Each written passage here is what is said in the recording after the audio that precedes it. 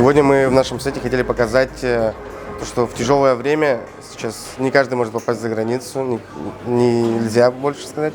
И хотели удивить, именно взять с каждой страны и совместить с нашими продуктами, которые у нас здесь есть. И подать это как будто вы побывали в Мексике, как будто вы побывали в Италии и зацепили нотку Франции.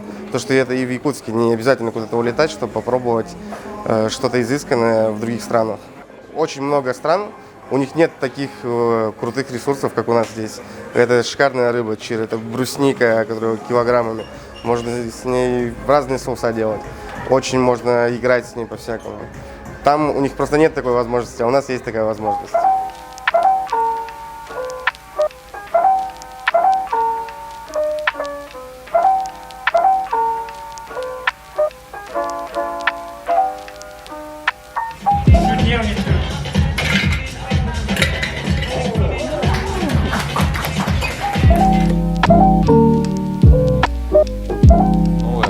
Замечательно, что каждый год проходит такой замечательный фестиваль, как «Вкус Якутии». Каждый раз что-то новое, что-то новое. В прошлом году мы представляли большинство направлений из авокадо, так как в прошлом году он был прям в тренде. То есть мы делали индигирку с авокадо. В этом году немного другое. В общепите всегда есть какие-то определенные тренды, которые мы стараемся использовать, либо применять что-то новое. Кухни мира, они очень все специфически своеобразные, и нам захотелось сделать в интерпретации якутской кухни.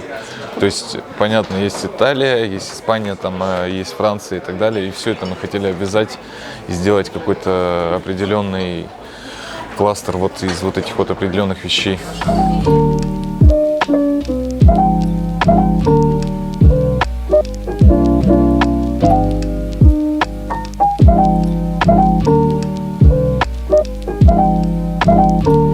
Сегодня мероприятие прошло, как всегда, на уровне. Это традиционное ежегодное такое событие для города. И сегодня в ресторане, где нас угощали, были прекрасные напитки, прекрасная еда. Что-то нас заинтриговало, что-то понравилось. Где-то мы дали свою обратную связь и комментарии. Но в целом было все очень здорово. Безусловно, развитие ресторанного бизнеса, оно необходимо и важно, потому что и данная профессия очень востребована, и индустрия, которая сейчас активно развивается. И более хочу сказать, по статистике, российский ресторанный бизнес один из самых динамично развивающихся в мире.